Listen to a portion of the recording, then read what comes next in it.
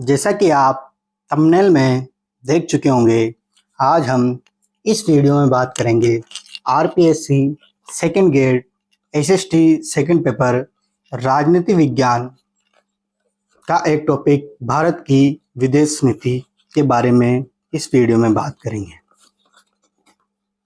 किसी भी देश की विदेश नीति राष्ट्रीय हितों को प्राप्त करने का एक साधन है। तो किसी भी देश की विदेश नीति होती है वह राष्ट्रीय हितों को प्राप्त करने का एक साधन है, जिसमें सैनिक, आर्थिक और कूटनीतिक सभी प्रयास शामिल है।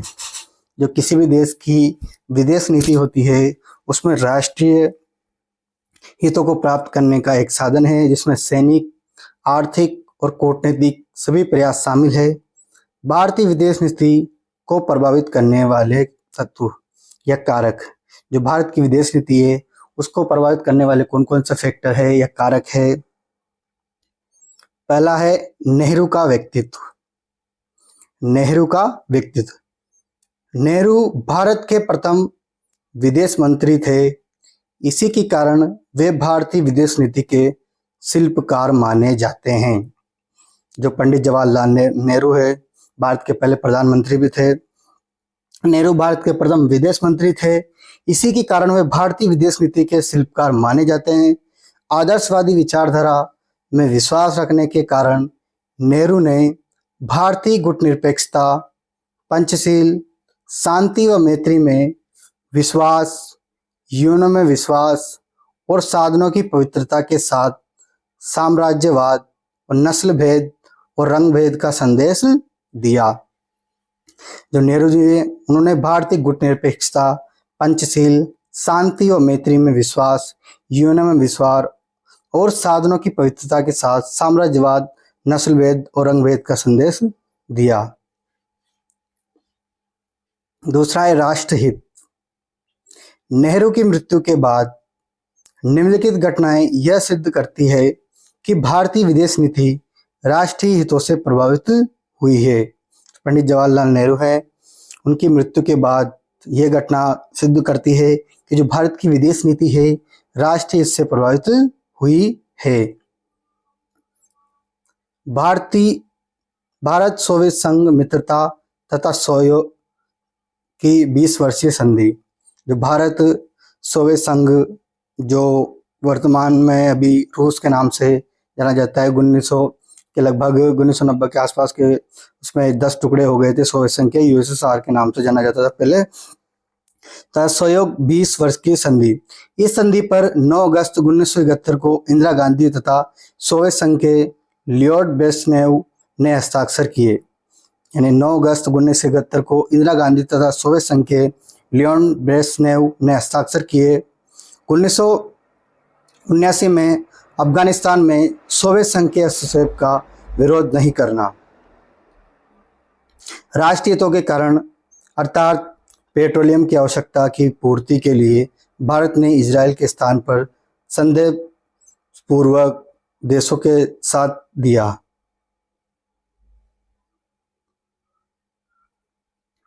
5 जून 1987 को भारतीय मूल के तमिलों के लिए भारत ने अंतर्राष्ट्रीय सीमा पर पार करके ऑपरेशन पवन का संचालन किया। 5 जून 1987 को भारतीय मूल के तमिलों के लिए भारत ने अंतर्राष्ट्रीय सीमा पार करके ऑपरेशन पवन का संचालन किया। भारत अपनी विदेश नीति में परमाणु निशस्त्रीकरण का समर्थन करता है। जो भारत है अपनी विदेश नीति में परमाणु निशस्त्रीकरण का समर्थन करता है, किंतु पाकिस्तान तथा चीन से सुरक्षा और राष्ट्र हितों के लिए 18 मई 1974 को भारत ने परमाणु परीक्षण किया। जो भारत है वो विदेश नीति में परमाणु निशस्त्रीकरण का समर्थन करता है, किंतु पाकिस्तान तथा चीन से सुरक्षा और राष्ट्र हितों के लिए 18 मई 1974 को भारत ने अपना पहला परमाणु परीक्षण किया। हिंद महासागर में भारत की केंद्रीय भूमि के कारण भारत की विदेश नीति को निम्नलिखित कदम उठाने पड़े।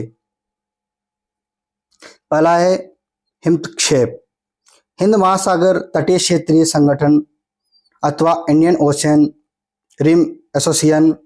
इस संगठन का उद्देश्य है हिंद महासागर के तट पर स्थित देशों में आपसी सहयोग को बढ़ावा देना। जो हिमक्षेप संगठन है, जिसका उद्देश्य हिंद महासागर के तट पर स्थित जो देश, जितने भी देश है, आपसी सहयोग को बढ़ावा देना। इससे भारत सहित कुल 23 देश हैं। इसकी स्थापना वर्ष 1997 में की गई थी। बिम्स्टेक बंगाल की खाड़ी में बहुक्षेत्रीय तकनीक और आर्थिक सहयोग उपक्रम अर्थात बे ऑफ बंगाल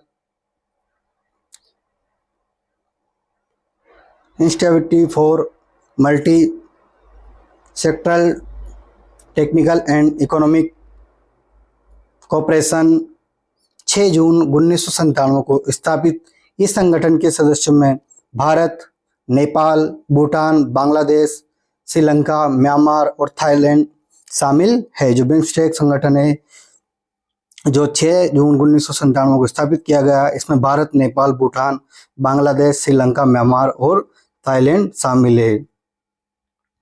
भारत इसे सार्क के विकल्प के रूप में विकसित करना चाहता है। इसका मुख्यालय ढाका में है, जो बांग्लादेश की राजधानी है ढाका, वहां में इसका मुख्यालय है।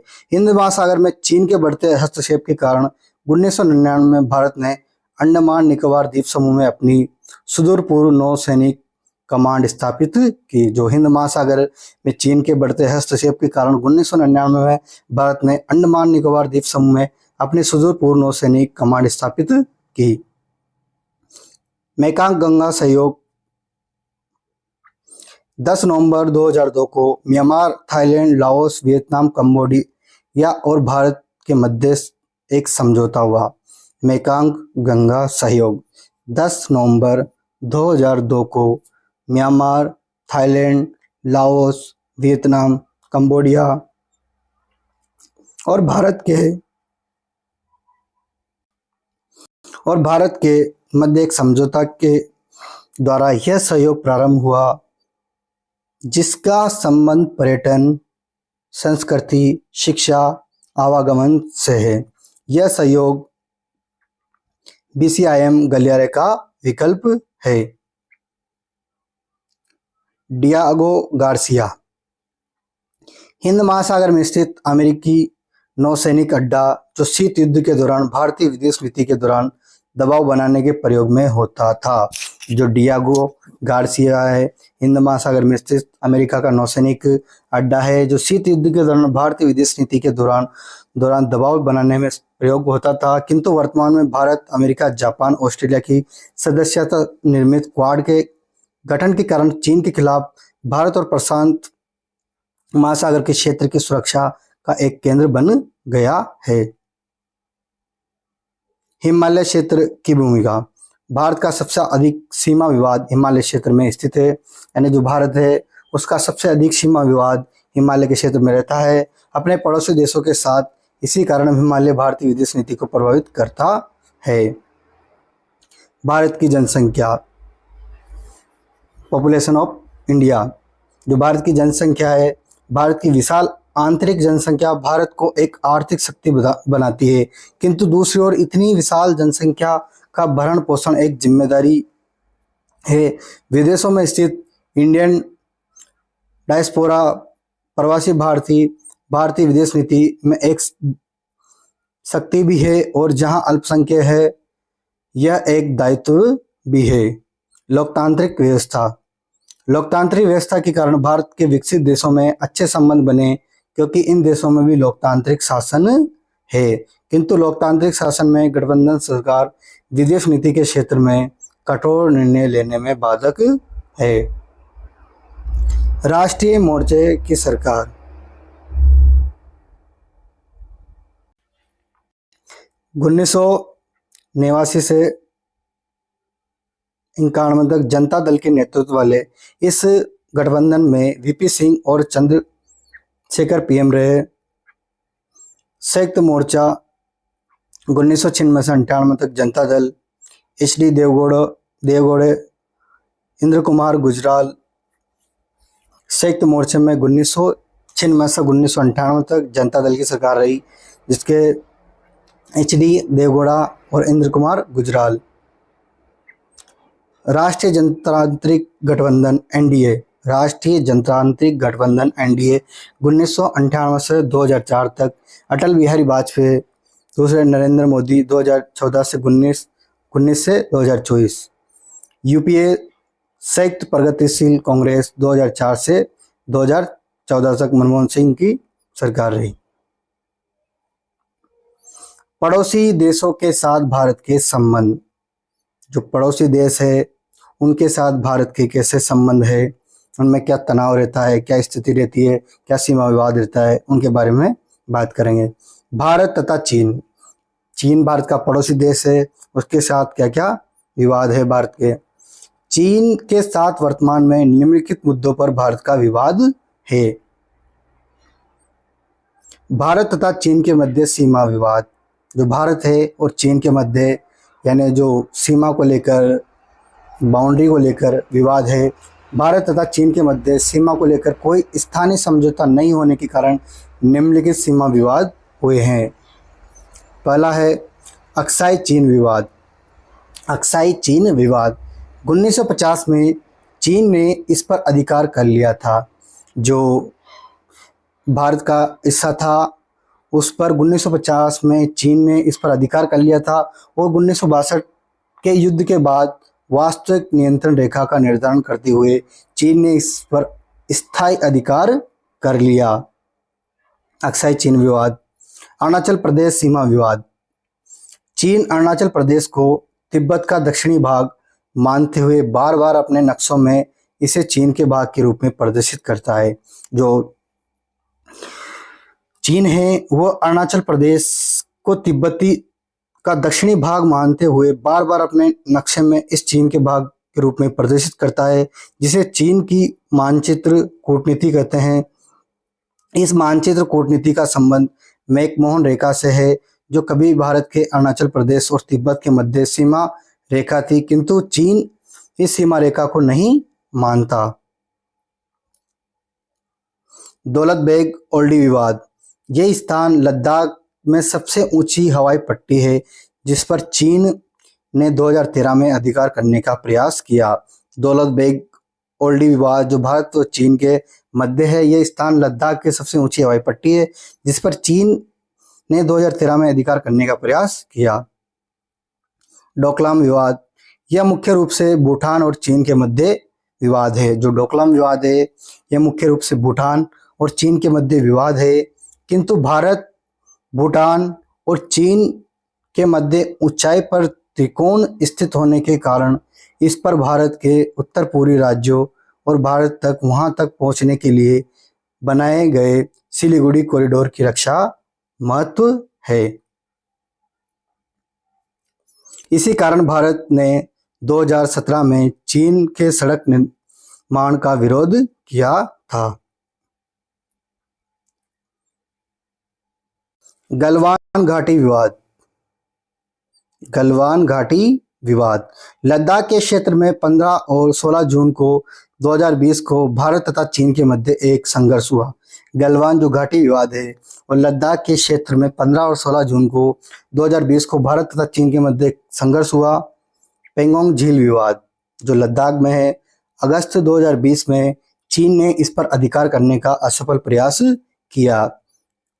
फिगर 8 का विवाद। यह लद्दाख में स्थित पहाड़ियों का एक समूह है।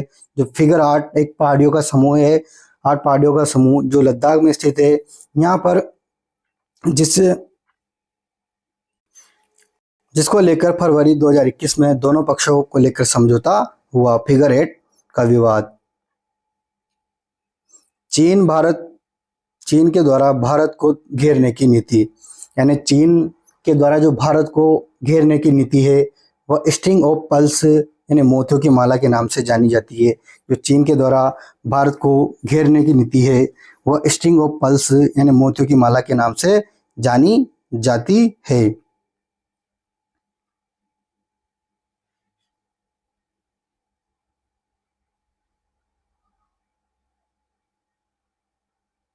जैसे भारत का नक्शा,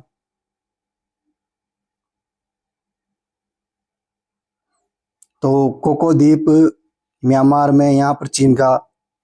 चटगांव बांग्लादेश में, यहाँ पर हम्बनटोटा श्रीलंका में। माओ द्वीप मालदीव में, यहाँ पर चीन का सैन्य अड्डा। ग्वादर पाकिस्तान में है, यहाँ पर। नेपाल स्थलीय रूप से, यहाँ नेपाल है जो स्थलीय रूप से, यानी जो भारत को घेरने की नीति है, जिसे मोतियों की माला भी कहा जाता है, ये चारों तरफ से भारत को घेरने की नीति चीन की मंशा है, जिसे स्टिंग ऑफ पल्स या मोतियों की माला के नाम से जाना जाता है। इसमें कोको द्वीप म्यांमार में है, यहाँ पर चटगांव बांग्लादेश में है। हम्बनटोटा जो द्वीप है श्रीलंका में है, हम्बनटोटा द्वीप। माओ द्वीप मालदीव में है। ग्वादर बंदरगाह जो पाकिस्तान में है, नेपाल और स्थलीय रूप से है।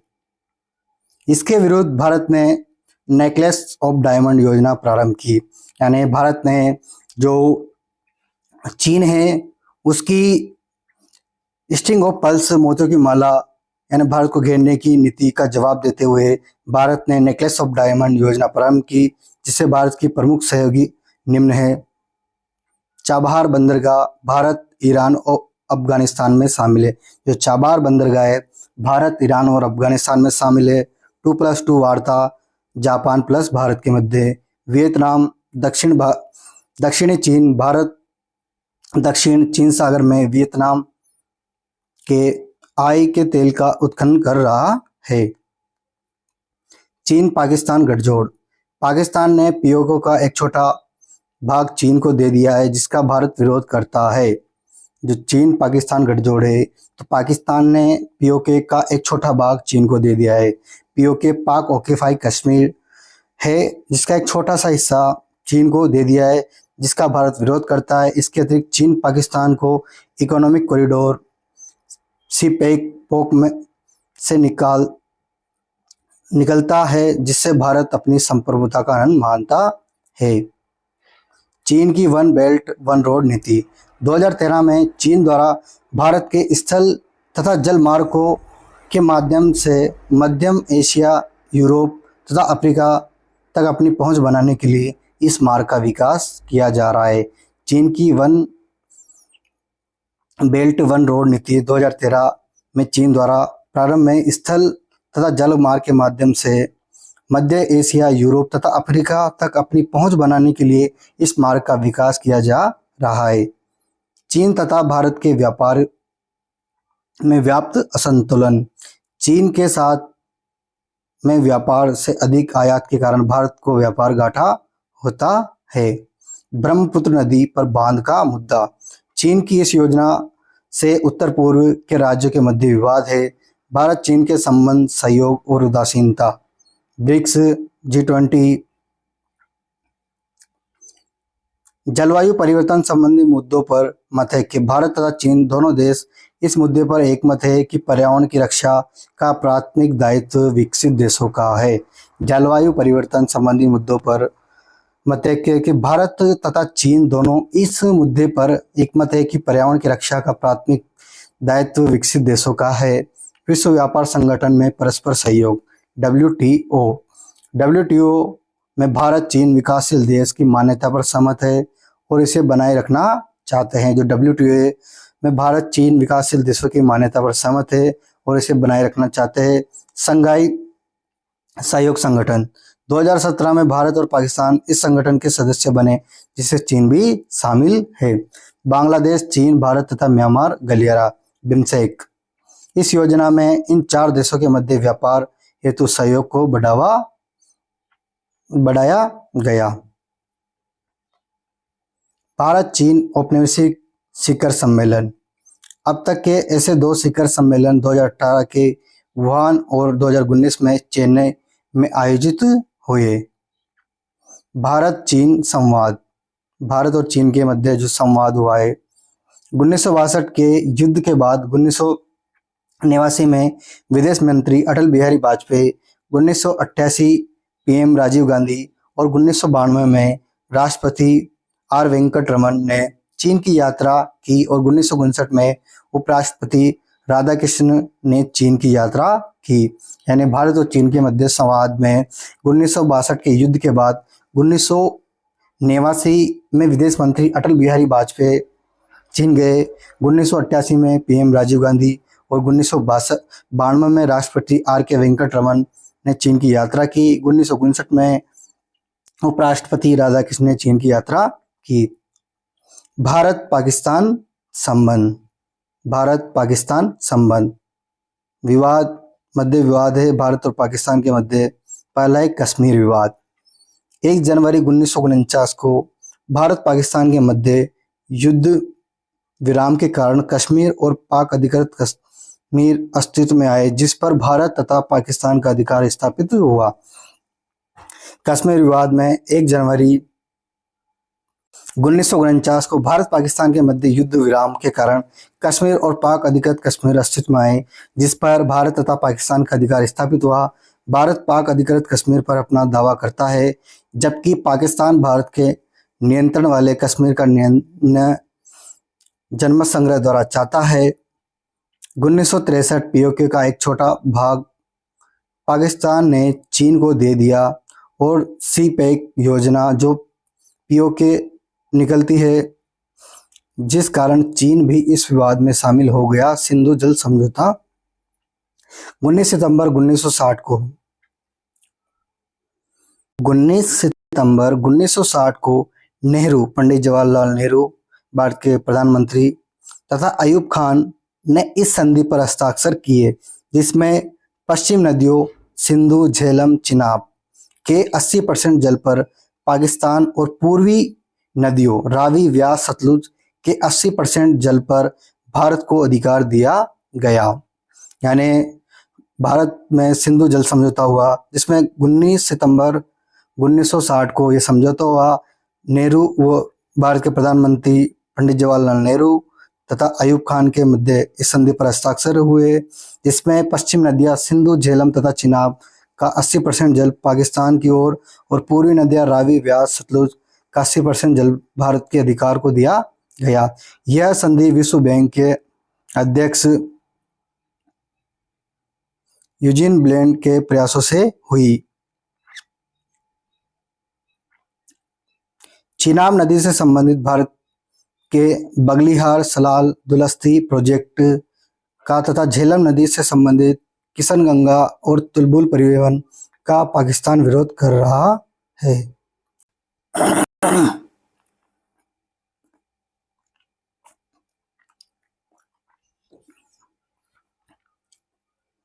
इनमें जो बगलियार योजना है विश्व बैंक ने तथा किशनगंगा योजना में अंतर्राष्ट्रीय न्यायालय भारत के पक्ष में फैसला दिया। सलाल नदी के जल को लेकर दोनों देशों के मध्य 14 अप्रैल 1978 के मध्य सलाल जल संधि हुई। सर क्रीक विवाद, गुजरात तथा पाकिस्तान के सिंध प्रांत के मध्य कच्छ की खाड़ी के मध्य एक छोटा ज्वारी चैनल, जिस पर अधिकार को लेकर दोनों देशों के मध्य विवाद हुआ। सर क्रीक विवाद जो गुजरात के पास है, जो पाकिस्तान के सिंध प्रांत के मध्य कच्छ की खाड़ी के मध्य एक छोटा ज्वारी चैनल है, जिस पर अधिकार को लेकर दोनों देशों के मध्य विवाद है। सियाचिन विवाद, दुनिया के सबसे ऊंचे इस रण क्षेत्र पर 1984 में पाकिस्तान ने अधिकार करने का प्रयास किया। जो दुनिया का सबसे ऊंचा रण क्षेत्र है, इस पर 1984 में पाकिस्तान ने अधिकार करने का प्रयास किया, जिसे भारत ने 13 अप्रैल 1984 के ऑपरेशन मेघदूत द्वारा असफल कर दिया। कारगिल विवाद, मई 1999 में पाकिस्तान ने इस पर अधिकार करने का प्रयास किया और असफल रहा। 26 जुलाई 1999 को भारत को पूर्ण अधिकार हुआ। पाकिस्तान प्रायोजित आतंकवाद, पाकिस्तान प्रायोजित आतंकवाद, इसमें निम्नलिखित घटनाएं महत्वपूर्ण है। IC 814 अपहरण 24 दिसंबर 1999 को, भारतीय संसद पर हमला 23 दिसंबर 2001 को, मुंबई हमला 26 जनवरी 2008 को, पठानकोट हमला 2 जनवरी 2016 को, जो पठानकोट हमला है 2 जनवरी 2016 को, उरी हमला 28 सितंबर 2016 को, पुलवामा हमला 14 फरवरी 2019 को। इसके पश्चात भारत ने बालाकोट में एयर स्ट्राइक 26 फरवरी 2019 को पीओ की घटना पर। भारत पाकिस्तान संवाद, कराची समझौता 27 जुलाई 1949 को। जो कराची समझौता है भारत और पाकिस्तान के मध्य, जिसमें 27 जुलाई 1949 को हुआ। इस समझौते के मध्य 1 जनवरी 1949 के युद्ध विराम से संबंधित विभिन्न मुद्दों को सुलझाया गया। नेहरू लियाकत समझौता, दिल्ली समझौता। नेहरू लियाकत समझौता, जिसे दिल्ली समझौता 8 अप्रैल 1950। इस समझौते का संकल्प शरणार्थियों, अल्पसंख्यक और दोनों देशों के ऋण दायित्व से था। ताशकंद समझौता 10 जनवरी 1966। ताशकंद समझौता हुआ 10 जनवरी 1966 को हुआ। 11 जनवरी 1966 को मृत्यु पर लाल बहादुर शास्त्री। शिमला सम्मेलन तथा शिमला समझौता 2 जुलाई 1972 को हुआ। ताशकंद समझौता 10 जनवरी 1966 को हुआ। 11 जनवरी 1966 को लाल बहादुर शास्त्री की मृत्यु ताशकंद में हो गई। शिमला सम्मेलन तथा शिमला समझौता 2 जुलाई 1972 को हुआ। इस्लामाबाद समझौता 21 दिसंबर 1988 को इस्लामाबाद समझौता हुआ। कूटनीति और लाहौर घोषणा, बस कूटनीति और लाहौर घोषणा 17 फरवरी 1999 को अटल बिहारी वाजपेयी द्वारा बस द्वारा लाहौर गए, जिसे बस कूटनीति कहते हैं। 17 फरवरी 1999 को अटल बिहारी वाजपेयी द्वारा लाहौर गए, जिसे बस कूटनीति कहते हैं। आगरा वार्ता 14 से 16 जुलाई 2001 में। वाजपेयी की 12 सूत्रीय घोषणा 22 अक्टूबर 2003 को। सचिव स्तर की वार्ता 2004 में। 18 फरवरी 2004 को। क्रिकेट कूटनीति और मुर्सफ दिल्ली में 18 अप्रैल 2005 को। नवाज शरीफ मोदी के शपथ ग्रहण समारोह में 26 मई 2014। हार्ट ऑफ एरिया सम्मेलन, इस सम्मेलन का प्रारंभ 2011 में इस्तांबुल में हुआ और यह अफगानिस्तान का केंद्र में रखकर एशिया में शांति हेतु प्रयास करता है। मोदी की जन्मदिवस कूटनीति 25 सितंबर 2015। भारत पाकिस्तान के मध्य परिवहन,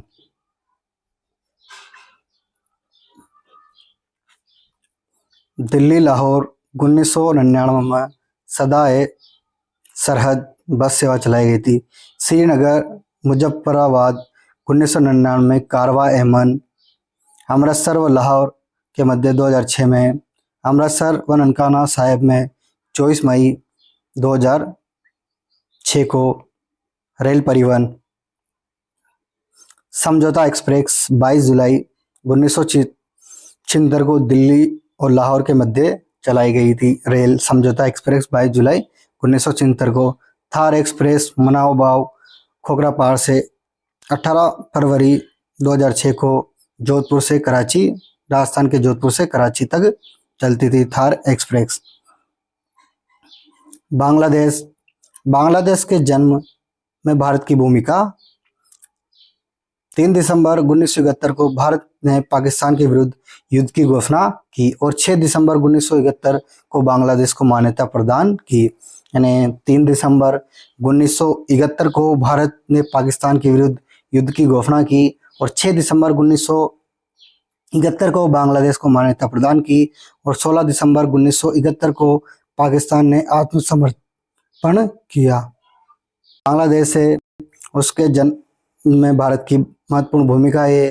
3 दिसंबर 1971 को पाकिस्तान के विरुद्ध युद्ध की घोषणा की और 6 दिसंबर 1931 को बांग्लादेश को मान्यता प्रदान की और 16 दिसंबर 1971 को पाकिस्तान ने आत्मसमर्पण किया। भारत बांग्लादेश संधि 10 जनवरी 1972 को। भारत और बांग्लादेश के मध्य संधि हुई 10 जनवरी 1972। भारत बांग्लादेश सीमांकन समझौता, भारत बांग्लादेश सीमांकन समझौता 1974 को हुआ। इस समझौते के मध्य बांग्लादेश और अंगोरपोत और धार ग्राम क्षेत्र में दिया और भारत में बिरुवाड़ी प्राप्त हुआ। बांग्लादेश के राष्ट्रपति मुजीबुर रहमान की हत्या 15 अगस्त 1975 को फरक्का समझौता भारत तथा बांग्लादेश के मध्य 1996 में हस्ताक्षर हुए। इस 30 वर्षीय समझौते पर शेख हसीना और एच.डी. देवगौड़ा ने हस्ताक्षर किए। चकमा शरणार्थियों की समस्या। बांग्लादेश के चटगांव के बौद्ध शरणार्थियों जिन्होंने भारत के में त्रिपुरा राज्य में शरण ली। जो बांग्लादेश के चटगांव के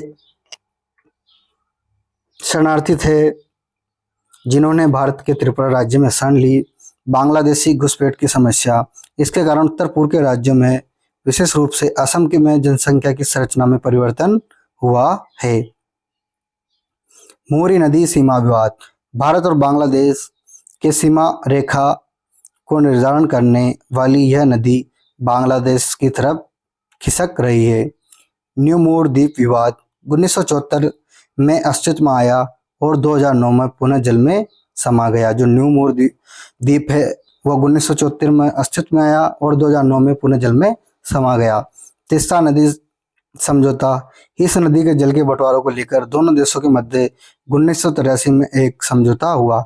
जो तीस्ता नदी जल समझौता है, इस नदी को बंटवारे को लेकर दोनों देशों के मध्य 1983 में एक समझौता हुआ। 3 बीघा गलियारा 26 जून 1992 को भारत ने यह क्षेत्र बांग्लादेश को दे दिया, जिसमें यह 10 ग्राम अंगोरपोल पहुंच सके। गंगा ब्रह्मपुत्र नहर पर विवाद। गंगा ब्रह्मपुत्र नदी पर विवाद।